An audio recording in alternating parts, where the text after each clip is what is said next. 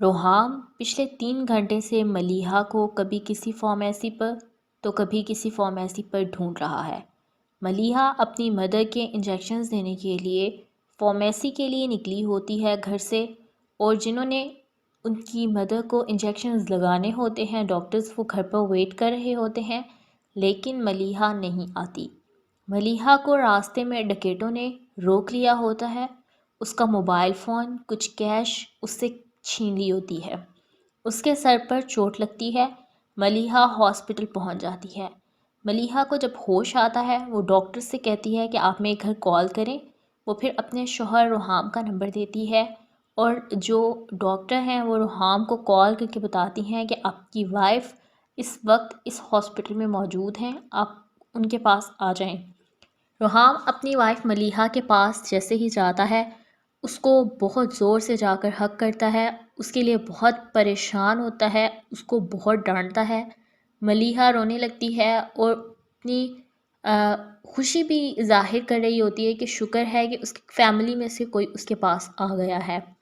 روحام کو دیکھ کر ملیحہ تھوڑی سی مطمئن ہو جاتی ہے، پھر وہ اپنی امی کا پوچھتی ہے کہ میری امی کیسی ہیں۔ روحام اس کو کہتا ہے تم بالکل بھی پریشان نہ ہو، میری امی ابو بہن ادھر ہی ہیں، آنٹی بھی ہیں تمہاری ادھر ہی، وہ بالکل ٹھیک ہیں، ان کو انجیکشنز بھی لگ گئے ہیں۔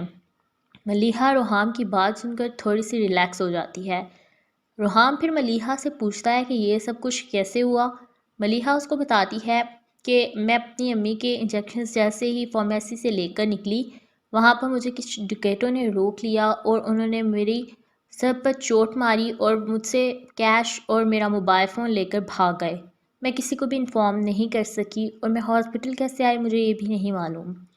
روحام اس کو کہتا ہے کہ تم پریشان نہ ہو، میں اب آ گیا ہوں، میں گھر میں بھی کال کر دیتا ہوں، سب لوگ بہت زیادہ پریشان ہو رہے تھے۔ ملیحہ اور روحام جیسے ہی ہاسپٹل سے ڈسچارج ہو کر گھر جاتے ہیں، ملیحہ کی ماں جو ہے وہ ملیحہ کو دیکھ کر بہت زیادہ فکر مند ہونے لگتی ہے۔ روحام اپنی ساس کو کہتا ہے کہ آپ بالکل بھی پریشان نہ ہو، ملیحہ بالکل ٹھیک ہے۔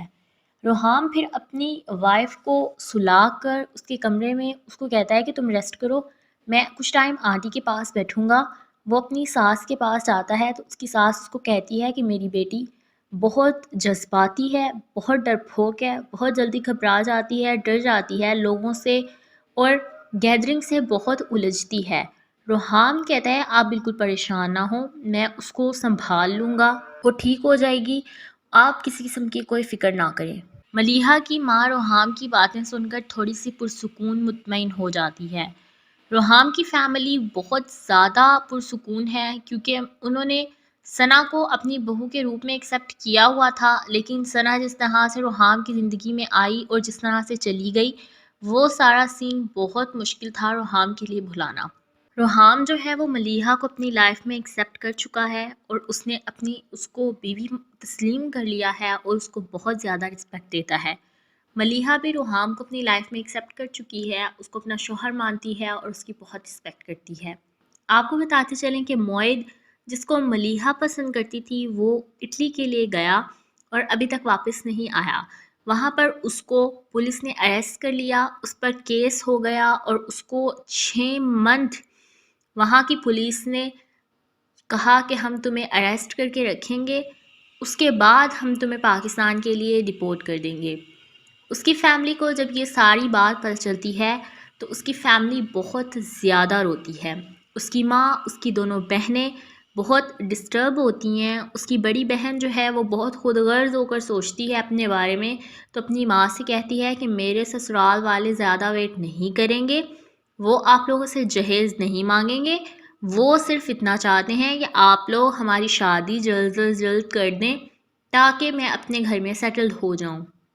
اب جو موعد کی ماں ہے وہ اپنی بیٹی سے کہتی ہے کہ تم اتنی خود غرض ہو کر اپنے بارے میں سوچ رہی ہو، تھوڑا سا اپنے بہن بھائیوں کے بارے میں سوچو، ان کا خیال کرو، ان کی بھی تکلیف سمجھو، تم کیوں نہیں سمجھ رہی؟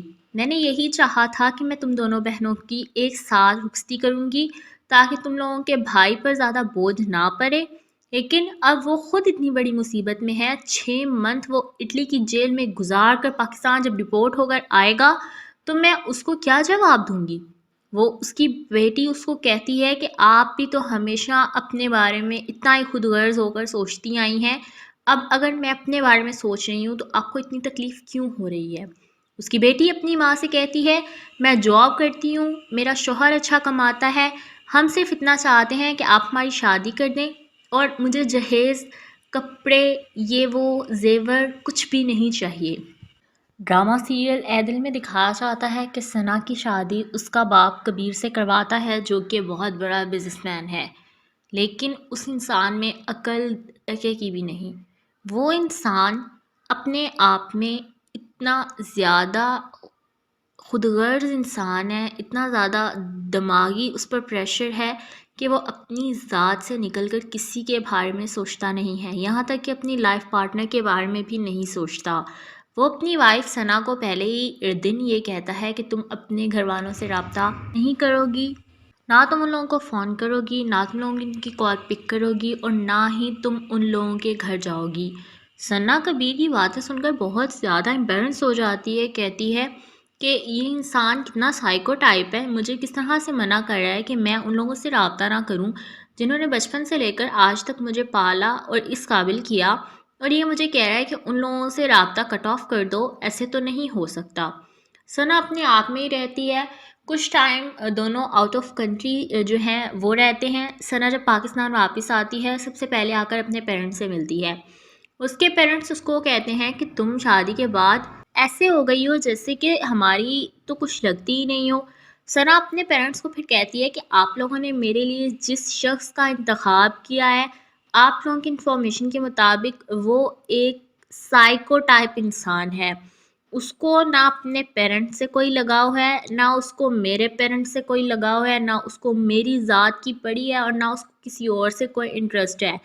وہ اتنا سائیکو ٹائپ انسان ہے کہ وہ کہتا ہے کہ تم نے اٹھنا ہے تو میری مرضی سے اٹھنا ہے، تم نے سونا ہے تو میری مرضی سے سونا ہے، تم نے کچھ بھی کھانا پینا ہے تم نے میری پسند کا کرنا ہے۔ میں اس کے سامنے ایسے ہوں جیسے کہ روبوٹ ہوتا ہے، نہ میں اپنی مرضی سے سانس لے سکتی ہوں اور نہ میں اپنی مرضی سے کوئی بات کر سکتی ہوں۔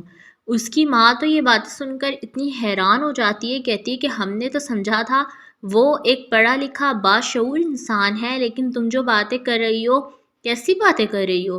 اتنے میں ثنا کا باپ آتا ہے اور وہ کہتا ہے کہ وہ ایسا ہی ہے، تم لوگ اس کو جو دل ہے سمجھو، وہ سائیکو ٹائپ نہیں ہے، اس کی نیچر ایسی ہے۔ وہ اس کی بیٹی کہتی ہے اپنے باپ کو کہ اس سے تو روحان ایک اچھا خاصا انسان تھا، زندہ دل انسان تھا، لوگوں کی رسپیکٹ کرتا تھا، اپنی قدر کروانا جانتا تھا، اور اس کو اتنا باشعور، اتنا قابل انسان میں سمجھتی تھی۔ آپ لوگوں نے میرا اس کے ساتھ رشتہ نہ کر کے میری زندگی کے ساتھ بہت بڑا فراڈ دھوکہ کیا ہے۔ اس کا باپ یہ بات سن کر اس کو کہتا ہے کہ آج تم نے یہ بات کر دی ہے، نیکسٹ میں تمہارے منہ سے اس شخص کا نام بھی نہ سنوں، اس شخص کی بات بھی نہ سنوں، نہیں تو تمہارے ساتھ اچھا نہیں ہوگا۔